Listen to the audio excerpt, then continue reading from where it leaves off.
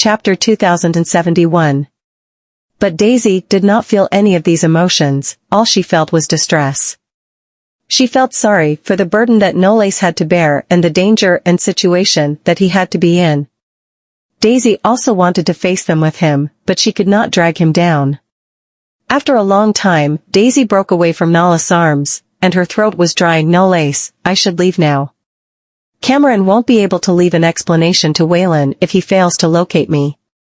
Knowles pecked her forehead, and the hint of tenderness penetrated into her heart. He then let go of her. Go back then, and don't run around. Daisy nodded, opened the door, and walked out of the corridor. Knowles leaned against the wall, raised his head, and took a deep breath, although there was a moment when he just did not want to let her go. Daisy sorted her emotions out and returned to the private room. Cameron was already sitting in the room, raiding snacks comfortably. You're back so soon? She sounded as if she knew who Daisy had gone to see. Daisy lowered her gaze. Sorry. I should have informed you before I left. She smiled and waved. It's okay. Everyone in Yuzu Villa is our own people. You can go anywhere you want, and if you get lost, we'll be able to locate you in no time. Seeing that Daisy was sitting down absent-mindedly, she leased, it said that a short period of separation or absence would stimulate fondness, but isn't your reunion a little too short? I thought you were going to stay in a hotel tonight. Upon understanding the implicit side of her sentence, Daisy's cheeks warmed up, and she was surprised. How can you say these lungs without blushing? We're all adults here. Cameron scooched over and sat right next to her. If you're willing to address me as Brother Cameron, maybe I teach you a few tricks. Daisy moved her position a little and waved her hands. There's no need for that. Just say. Camel scooched a little closer to her again. Come on, it's just to make our relationship a little bit closer, just once. She had to take advantage of Daisy today. Daisy looked at Cameron as she approached her and waited for her to utter those two words. She had never been at such a close distance from Cameron, especially after staring at each other for a long time. Daisy noticed something and looked at her. I do wonder from time to time whether you're a man or not. You would actually doubt my gender, huh? I know that look more delicate and better looking than most women, but this is what I inherited from my mother. There are plenty of women who like men like me. Daisy narrowed her eyes and looked a little doubtful. But there are still differences between a man's and a woman's body. Cameron lowered her voice and explained seriously. It's just that I hadn't been eating enough when I was a kid. Daisy touched her arm, and Cameron pulled away immediately, feeling extremely startled. Are you trying to tease me? She lifted her head and grinned. I noticed that your arms look pretty smooth and tender too. Cameron got up abruptly. Okay, I won't stay here and talk nonsense with you. You're straight up just bullying me. She pretended to be pissed, turned around, and left. Perhaps Cameron was angry as she did not return after leaving the room. In the end, it was Whan who came to pick Daisy up. Whan drove the car and turned his head to glance at Daisy, who looked very absent-minded. He was not used to her not making a fuss when he was around. Why did you piss off Cameron? She came back to her senses and pouted. I only made a joke that he doesn't look like a man. I didn't expect him to care about that so much. Whan chuckled. You actually had the guts to say that. Daisy turned to look at him. Am I the only one who thinks this way? I've seen a lot of celebrities that have a delicate appearance in the entertainment industry, but judging from their stature and certain characteristics, they're indeed men. But the feelings that Cameron gives me are indescribable. Chapter 2072. His voice sounds slightly androgynous, which may be due to his slim physique. His choice of attire doesn't show his figure much. However, a man's waist and shoulders shouldn't look as slender as his. Even his neck looks lean, and his hands don't look as big as those of men. Whan did not utter a single word, and no one knew what he was thinking about. Daisy knocked on her head, which was still running wild. Forget it. Maybe I'm just overthinking things. At the Parkin Chamber of Commerce, the bodyguards in black dragged Colin into the office. Colin had no idea of what he had done to provoke the people from the Parkin Chamber of Commerce. He looked at Buchanan, who was sitting on the couch. Mr. Gibson, what's all this for? What's all this for? Buchanan thought of the words that Fabio had said to threaten him this morning. If he really did not find any clue, that was it for him, and the more he thought about it, the more he could not suppress the anger that was burning within him. Colin Peralta, you devious bastard. How dare you swap the Park and Chamber of Commerce's liquor out without permission? Colin was dumbfounded. What do you mean by swapping the Park and Chamber of Commerce's liquor out? I'm selling the batch of liquor that I purchased. Bullshit. Buchanan stood up, picked up an opened but untouched bottle of liquor, and walked up to him. You should have drunk hard liquor before, shouldn't you? He waved and motioned the two bodyguards to hold Colin down. Colin struggled. Mr. Gibson, what are you going to do? One of the bodyguards pried open his mouth, and Buchanan poured the liquor into his mouth vigorously. A large amount of liquor flowed out of his mouth and into his nasal cavity, choking him uncomfortably. The bodyguard then released him, and he lay on the ground, coughing and gasping for air. Buchanan squatted down, grabbed him by his hair, and forced him to look up. My men found out that the liquor sold in the East Gate Clubhouse comes from our Chamber of Commerce, and the batch of liquor that we received is all yours. How dare you play tricks on the Park and Chamber of Commerce with the batch of inferior liquor that you ordered under Mr. Puzo's nose? Colin's expression changed instantly. No. That's impossible. The bodyguard placed a box of liquor that they got from the East Gate Clubhouse on the table, picked up the box of liquor from the Chamber of Commerce, and then opened a bottle from each box. Buchanan pointed at the bottles. Taste them. Colin got up and staggered forward, then took both bottles of liquor, took turns to place them right under his nose, and sniffed them. The concentration and smell of the liquor were all different. Anyone who knew their liquor would be able to distinguish the quality of the liquor from the smell. Colin was subconsciously astonished. How could this be? I've never doubted the batch of goods, because all the packaging looks the same. Because I know that they're all inferior liquor, I didn't even open any of them. All I ever cared about was selling them to the customers. I want to demolish my clubhouse's reputation, and that's how I'm going to destroy the Southern Clan's reputation. After all, we're one of the largest entertainment venues located in the Southern Clan's territory. Mr. Puzo told me that as long as I manage to ruin the Southern Clan's reputation in the industry, he'll direct all his customers from Aura to me. The conditions that Mr. Puzo offered me were too attractive, so I got carried away by the terms and agreed to them. However, I really didn't expect something so absurd to befall me. If Mr. Puzo were to find out about this, this might be the end of me. He suddenly remembered something. It's Miss Serrano. It must be the doing of those two bitches. Buchanan was slightly startled and frowned. Miss Serrano, as in Florence Serrano?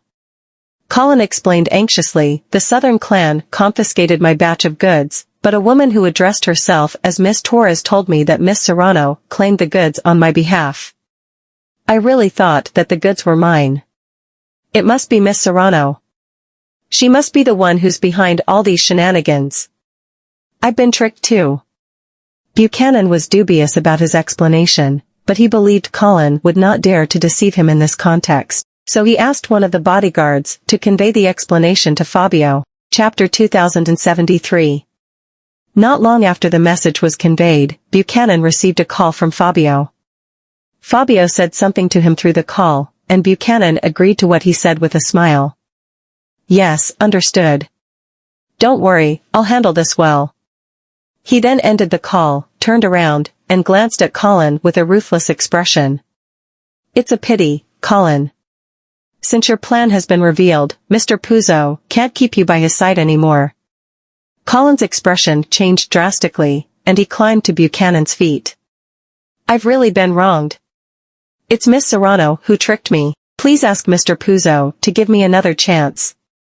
Buchanan ignored Colin's cry and waved his hand. A bodyguard walked up to his back, covered his mouth, grabbed his head at the top and the chin, and exerted brute force abruptly. Colin's head was twisted, and the bodyguard dragged his body downstairs. On the other side of the town, in a hot spring sauna, The lighting in the VIP room was dim, and Fabio was soaking in a hot spring bath with two blonde beauties sitting in his arms. The woman who walked in stood by the bath and lowered her head. "Mr. Puzo, Mr. Gibson has already dealt with Colin." Fabio sneered. "He didn't disappoint me and actually found out the issue with that shipment within a day." He picked up the wine glass beside him, and the blonde beauty beside him poured him some wine, consciously. "However, do you think I should believe what Colin said?"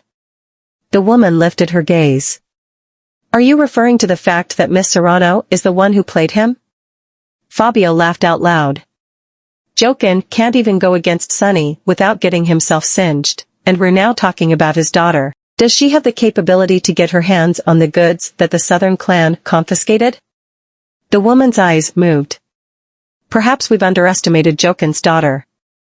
Fabio drank the wine slowly. "What makes you think so?" The corners of her lips rose slightly. "I found something interesting.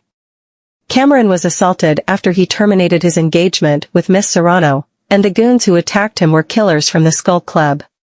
Fabio paused for a split second, and his eyes turned gloomy. The woman lowered her head, her expression unchanged. "I was really worried that this would ruin your plan, so I looked into the facts. The person who hired those killers is indeed someone who's working for Miss Serrano." "Great." Fabio slammed the wine glass on the edge of the bath heavily, pushed the ladies in his arms away, and got out of the bath. "No wonder I heard that the Skull Club's members got seriously injured in the Southern clan's territory and were sent back to the club, so this is the reason why." The woman picked up the bathrobe and handed it to him. He took the bathrobe and patted the woman's shoulder. "Gail, you've done a good job. Huntley has truly found me a good helper." Gail lowered her gaze. "It's my honor to be able to share your worries." Fabio put on his bathrobe and left the VIP room.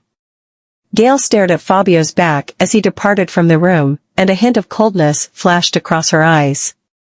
Sure enough, Fabio sent someone to confront Joken, and Joken's expression dimmed instantly when he heard these words. Could this be a misunderstanding? A misunderstanding? The man scoffed disdainfully. "Mr. Serrano, what Mr. Puzo means is that if you can't keep your daughter under control, he doesn't mind sending someone to help you out. So I would suggest you think about it seriously." The man then left with his men. Joken immediately sent someone to summon Florence. Florence thought that her father had finally thought things through, so she walked up to him with a smirk after entering the room. "Dad, you're finally willing to see me?" Seeing that Joken's expression looked more exasperated than usual, she was stunned. "Dad?" Chapter 2074. Joken raised his head, and his face looked expressionless. "Are you the one who hired someone from the Skull Club to assassinate Cameron on their territory?" Florence did not expect that her father would question her about this, and her expression dimmed. "So what if it's me? As long as Cameron is dead, we'll be able to." "You fucking piece of shit." Joken was so infuriated that he swept the teacup on the table to the floor. He then got up, walked up to Florence, raised his hand, and slapped her. Florence, who got beaten once again, gnashed her teeth, and her eyes turned bloodshot as she burst into laughter. "You're always so afraid of the Southerns. No wonder you can only be bullied by them throughout all these years. You're nothing but a coward." "You shut up." The blue veins on Joken's forehead bulged. "You actually have the balls to do such things on the Southern clan's territory. Do you really think you're capable enough to deal with Cameron?" Florence turned her head to face him and glared at him. "Why won't I have the guts to do so? He just got lucky. I'll certainly do the same if I get the chance to do so again." Joken trembled with wrath. "You. Get out of here. Get out." Florence rushed out of the room without even looking back. Manuel, who was standing at the door, saw Florence running away and wanted to stop her but could not. His gaze shifted to the study. While glaring at the distressed figure, his eyes gradually turned ruthless. "I must help the lady seize power and take over the serpents. This old man can't be allowed to live." A few days later, at the Southern Manor, Sonny stood in the courtyard, feeding his pet iguana, and one of his men walked up to him and murmured something in his ear. He paused for a bit, put the feed down, and turned his head. "Are you saying that Fabio's men actually went to Joken a few days ago?" That man nodded. "I heard this from the commune that Fabio's men went to Joken because they've been informed that Miss Serrano is the one who hired the Skull Club's killers to kill the young master. The Skull Club had sided with Fabio, yet they had made a move without Fabio's permission. It was only natural for Fabio to get extremely annoyed, and the main thing was that the serpents had something to do with the incident. Fabio was extremely ambitious, but he was not dumb. When Florence chose to hire his men to do her dirty work on the Southern clan's territory, that was equivalent to making him take the blame on her behalf. Whan walked to the courtyard. "Mr. Southern Senior." Sonny nodded and waved to motion his men to leave first. Whan stopped in front of him. "Colin of the East Gate Clubhouse has been killed." Sonny was startled and frowned. "How do you know that? This boy from the Goldmans is quite fast with the news." Whan had received the news so quickly that even Sonny had started to suspect a thing or two about him. Knowing that Sonny would definitely start to suspect something about him, Whan laughed. "If I were to tell you that I've assigned someone to stay by Fabio's side, would you believe it?" He was shocked. "Aren't you afraid of being found out by him?" Whan scoffed. "She's confident about the task." Sonny laughed and patted him on the shoulder. "You're quite a capable boy who shows quite a lot of potential. If you weren't one of the Goldmans, I would have taken you under me." It was not easy to encounter people with such great potential. However, it was a pity that the two great candidates that he had met on the island had special identities. He sighed inwardly. Whan looked around. "Have you seen my sister today?" He responded with a smile. "You're looking for Daisy. That girl is probably in the martial arts training center with Cam." The Southern Clan's Martial Arts Center was the training ground used by the Southern Clan for martial arts training. There was also an arena and various weapons and equipment for tournaments. Daisy stood on the sidelines and watched as the people trained. The scene could be described as magnificent. Cameron walked up to her with a short red whip. She was in a loose attire that was convenient for stretching during training, wore a retro cotton and linen buttoned shirt, and the material was relatively thin and in plain color so that it would not absorb heat. Chapter 2075. Cameron raised the whip in her hand. "Do you want to learn?" Daisy was startled and pointed to the whip. "You want me to learn how to use a whip from you?" Don't underestimate the power of whips. Whips are considered one of the cold weapons that have existed since ancient times. There are 11 ways to maneuver a whip, and there are soft and hard whips. You can use a single whip or dual whips. Metal whips and leather whips are the most common ones, and this is a leather whip, the more common one out of the two. It's the easiest to maneuver for beginners. Daisy took the short red whip from her. It was indeed made of leather, and it felt cool to the touch. The key was that it was very portable, and the craftsmanship was very pretty. Cameron smiled. "If you like it, I'll give it to you." Daisy was startled for a split second. "That's not very appropriate." Cameron shoved the whip into her hand. "There's no need to be this polite with me. Take it. I'll get Mahina to teach you how to use it. As long as you're willing to practice hard, I guarantee that you'll definitely be able to pick it up within a month." Daisy held the short whip in her hand and pursed her lips. "I was actually fooling around when Aunt Sadai wanted to teach me self-defense back then. If I were to practice hard now, perhaps I wouldn't be a burden if we were to encounter the same situation again." Whan came to the martial arts center, glanced at the ring, and saw Cameron teaching Daisy how to use the whip personally. She got Mahina to put on an arm sheath and stood across from Daisy on the other end of the arena. "If you can touch her arm with your whip without getting it caught by her, that will be counted as a pass for your first training session." Daisy was startled. "Is that all? This doesn't sound difficult at all." Cameron chuckled. "You'll know after you give it a try." She stepped aside, leaned comfortably against the guardrail, grabbed a handful of pistachios from a plate, and started snacking on them. Daisy swung the whip and aimed it at Mahina's arm, but she turned sideways and avoided her attack. She was rather agile, but Daisy did not give up and continued to swing the whip horizontally, and the soft whip slashed across the stagnant air and whistled like the wind. Mahina took a step back, leaned her upper body backward, and easily intercepted the whip that missed her. Cameron crossed her arms and shook her head. Your speed is still too slow, and the strength of your swing is not strong enough. Mahina is your enemy in the ring, so don't worry about hurting her. Daisy gnashed her teeth and continued to attack her. Every time she made a move, Mahina seemed to be able to see through it. She had been maintaining a defensive stance and almost did not leave the corner she had been in since the beginning of the session. She was going up against Daisy, who was only trying to launch her attacks anxiously, so she was able to deal with it more calmly. After several attempts, Daisy's whip got caught by Mahina 5 times, and she flung her hand to the point where she felt sore in her arm, but she still could not touch Mahina's arm. She leaned forward, propped her hands against her knees, and panted as fine beads of sweat rolled down her cheeks, and her clean clothes were already drenched. She finally realized that what she thought was simple was not simple at all. Everyone else in the martial arts center was so busy training that they did not even notice that Whan was approaching the arena. He stood under the ring, watched for a while, and then walked toward Cameron. Mr. Southern, it looks like you're in a good mood today. You're even teaching my sister how to use the whip now. Cameron glanced at Whan, who was approaching her. I think your sister has quite a solid foundation, so I'm teaching her some whip techniques for self-defense. Perhaps they'll come in handy someday in the future. Whan frowned slightly when he stared at Daisy, who had been unwilling to stop.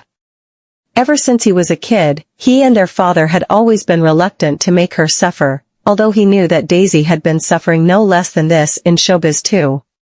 However, when he witnessed this, it would be a lie for him to say that he did not feel distressed at all. Cameron put aside the pistachio shells and rubbed her hands. Mr. Goldman, are you feeling sorry for your sister's suffering? He nodded. I can't say that I don't. Having good brothers like you two, her life should have been smooth sailing. Cameron said, of course, as long as she stays under the protection of the Goldmans, it's only natural that she doesn't have to suffer any of these hardships. However, you guys are in the East Islands now, and this is a place where you'll find all sorts of people. Most of them would swallow her whole without any hesitation. Hence, with such a dangerous appearance, if Miss Vanderbilt were to run into some bad people, it would leave everyone in a sticky situation. Chapter 2076. Whan smiled. You pay a lot of attention to my sister. Cameron raised her brow and smiled. Because I like her. She then looked toward Daisy, who was very energetic, and clicked her tongue. A girl who is so adorable and innocent, yet determined. How I wish she was my wife. Whan looked at her and sighed. Have you forgotten about Miss Torres already? Cameron sighed. Is she still on your mind? He casually said, somewhat. He then raised his brows and looked at her. It was dark that night, but she looked familiar. Cameron crossed her arms. Do you think all women that you meet for the first time look familiar? Whan didn't reply while they looked at each other. Daisy fell and distracted them, moving their attention to her. Mahina walked over to help her up. Are you all right, Miss Vanderbilt? Daisy shook her head because her arm hurt and was stiff. Whan walked over and held her shoulder, then calmly said, You've just been learning for a day. There's no need to rush it and use up all your energy. Cameron walked over too. He's right, I don't need you to pass on the first day. You have a month. Go take a hot shower and continue tomorrow. Daisy nodded and walked out of the ring. Whan watched her walk away and pressed his lips together. She must be concerned about what happened the other day, and that was why she was rushing things. Daisy sat in the tub, looking dull. She was nowhere near as good as Mahina, let alone the others. She had to work harder. Daisy went to the training grounds for the next few days. She slowly got used to the whip and started using it differently. When she finally hit Mahina's arm, she couldn't believe it. Mahina smiled and said, "Congratulations, Miss Vanderbilt, you've passed." Daisy excitedly asked, "What's next?" Mahina asked 3 of the men over. "You have to face the 4 of us. You'll be considered an apprentice if you can hit 2 of us and defend your position without stepping out of line." The extra difficulty made Daisy feel that she wasn't good enough, but she remembered something, then nodded and looked serious. "Okay." Cameron and Whan stood not too far away and watched on. Cameron turned and looked at the man standing next to her. "Do you think your sister worked hard enough?" Whan looked down. "She always does." Even though Daisy was well protected and loved since she was a child and hadn't faced many problems in life, she had a determination that could rival any other person. She worked hard in school and ventured into the entertainment industry by herself. Once she set her mind, she would see it through. Cameron was going to say something when the butler suddenly rushed over. "Sir, Mr. Goldman." She looked at him. "What's wrong?" He replied, "Mr. Southern Sr. is asking for both of you in the study." They looked at each other and left the training ground. The air in the study was dense. Sonny stood in front of the window with his hands behind his back, running his fingers over his rosary. Cameron walked in. "You wanted to see us?" He slowly turned around and said, "I just got the news that something happened to Joken." Chapter 2077. This sudden piece of news shocked Cameron and Whan. Sonny walked behind his desk and sat on the leather chair, looking miserable. "I guess my concerns were correct." Cameron thought out loud. "Do you think it's Florence?" "I can't be sure," replied Sonny. "If she was cruel enough to kill her own father, she would have done it sooner. I think it might be someone close to her.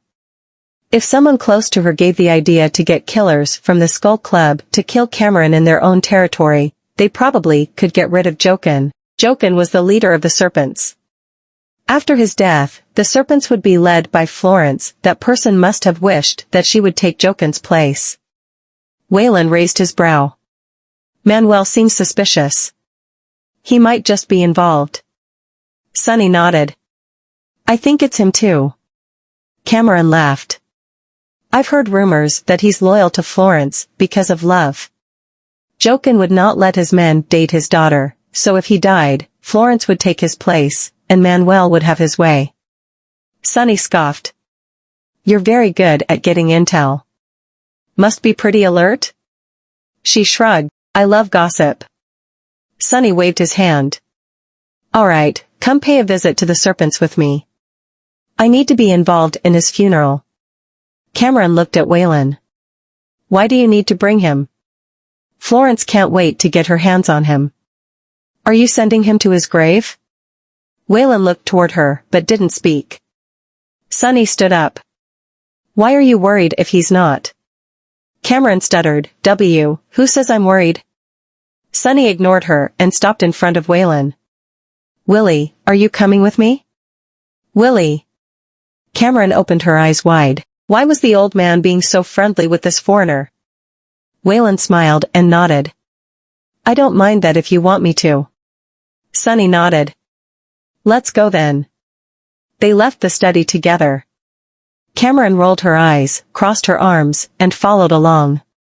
All the businessmen who went to Joken's wake were dressed in black, and the place was gloomy.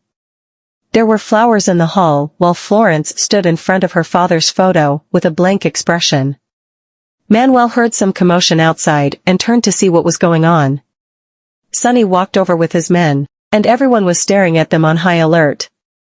Manuel nodded. "Sir, are you here to pay your respects?" Sonny nodded. "What do you mean? Should I not be here?" Florence slowly walked over and looked at them. "You've taken care of my father before his untimely death. Of course you can be here." Sonny paid his respects and walked over to Florence. "Florence, I'm very sad that your father was attacked, but I'm more interested in the reason he was attacked." Chapter 2078.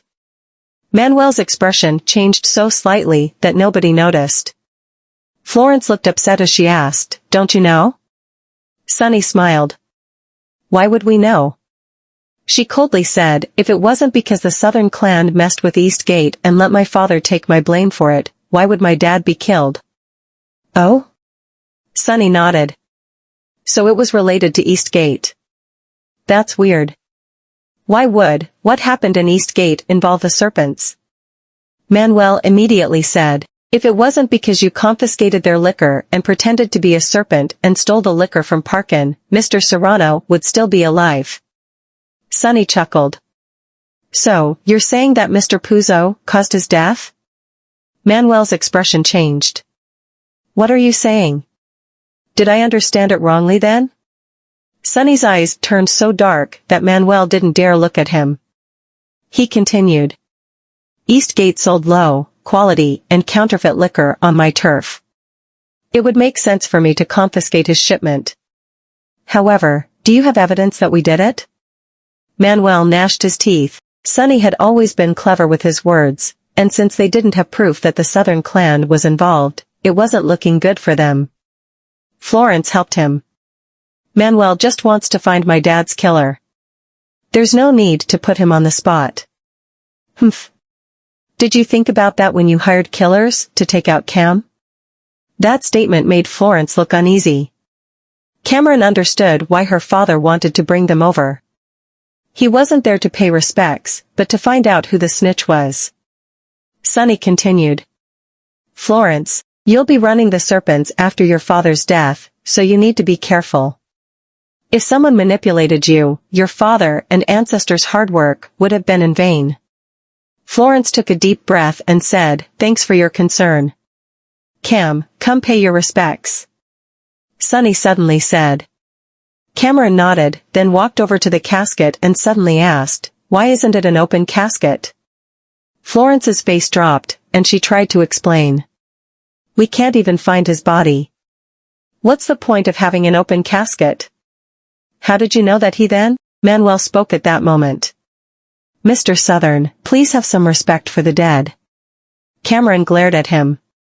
"I'm speaking to Florence, so there's no need for you to speak. Am I not allowed to ask questions?" Manuel was going to lose his temper when Florence held him back. "If you're here to pay your respects, go ahead, but if you're here to cause trouble, please leave." She was now her father's heir after his passing. Her father was very careful around the Southerns, but she no longer needed to do that. Sonny smiled. "I guess you've made up your mind. All right, we won't keep you around then. Please move out of our territory in the next 3 days." His smile dropped, and he left. Chapter 2079.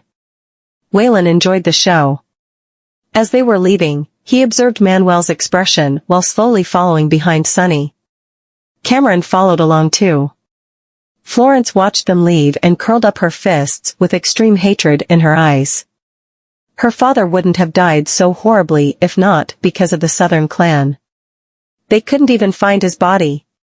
The Southern clan started the war this time, so they couldn't blame her for wanting to end it. When they got into the car, Cameron looked out of the window. "Dad, is it possible that Joken is still alive? They're having a funeral without a body. Don't you think that it's strange?" Whan turned to look at her. Doing that without a body would prove that Mr. Southern Sr. was right. Someone urgently wanted Florence to take over. If they're going to leave the Southern clan, they're going to Fabio. Instead of waiting for them to attack us, why don't we attack first? Sonny, who was in the passenger's seat, laughed. "Yes, Willie understands." Cameron crossed her arms and leaned back. "You look like father and son." Sonny suddenly paused, then laughed. "I'm fine with having another son." Cameron didn't feel like speaking anymore. Meanwhile, Knowles found out where the money went from Jake. As expected, the money wasn't taken by Joken. "Someone transferred it to an offshore private account during a short period," said Jake. Knowles looked around. "Did you find out who the account belongs to?" Jake handed the phone to him. "This person." Knowles took the phone and looked at the screen. When he saw the name, he frowned. Donald Matthews. The office became eerily quiet. Knowles leaned back in his chair and rapped his knuckles on the desk. He stared at Donald's name for a long time before saying, "Thank you." Jake nodded, then left. Knowles pinched the bridge of his nose. He didn't expect that this account would bring him to Donald. The serpents were planning to work with Fabio, but if they wanted to win him over, the money should have ended up in Fabio's account. Donald had come to the East Islands, and even though he was protected under Fabio, he still tried to get benefits for himself in secret. Knowles picked up his phone and dialed a number. At 2 p.m., Sonny and Knowles met at the dock, and Knowles told him about the account. Sonny looked toward the people moving the shipment out of the boat. "You're saying that Donald and someone from the serpents are working together?" Knowles' expression was hard to read. "I can't think of another reason, because this isn't a small amount of money for the serpents." Sonny stood on the pier while the wind blew at his clothes. He frowned. "Donald probably knows that Fabio wants to take in the serpents." Knowles looked toward him. "But Donald doesn't represent Fabio. He's just there under someone's protection, so he doesn't have power. He's an outsider in the eyes of the serpents. When Fabio wants to convince the serpents, he will send people close to him. If Donald didn't represent Fabio, would the serpents trust him?" Chapter 2080. From what I see, Donald knows someone among the serpents. Donald knows how to charm people and treat them very generously, so if he gave them some benefits, they would do as he says. Sonny thought what Knowles said made sense. He looked at the sea. "What do you plan to do with this key information?" Knowles looked calm. "Donald would only do that because he has a backup plan. If we tell Fabio now, it might backfire. We should wait until we have enough information and destroy him." Sonny smiled. "I thought you couldn't wait to tear him down. I guess you're a very careful man." Knowles replied. "Better safe than sorry." "How's Joken?" asked Sonny. Knowles chuckled. "He's lucky to still be alive. If you didn't ask me to keep an eye on Manuel, he would probably be dead at the bottom of a hill now." "So, you saved him." "I thought he really died." When he got the news, he thought that it was the end of the road for Joken, but when he attended the wake, and the casket was empty, he started feeling suspicious. Now he finally knew that Manuel was indeed behind all this. Meanwhile, in a restaurant in the southwest area, a few men in black sat in a private room. Fabio had a cigarette in his mouth, while a few silver briefcases lay on the table filled with cash. Florence, who sat on the couch across from him, was in a black dress with a laced beret, looking extremely gloomy. Fabio looked toward her. "Don't you think this is too much to offer right after your father's death?" "My father is no longer around, but the serpents must have a leader. He didn't manage to fulfill his wish before this, but I'll do it for him. The money is a sign of respect for you. I hope that I can avenge him one day." Fabio squinted. "Avenge?" Her eyes were fierce. "If the Southern clan didn't interfere, my dad would still be alive. I hate them, so I'm pledging my allegiance to you on behalf of the serpents." Fabio laughed and flicked the ash off his cigarette. "I gladly welcome the serpents." Florence walked out of the villa while Manuel stood next to the door. He opened the door for her, and then she got in. "Get the men ready to move into the southwest area.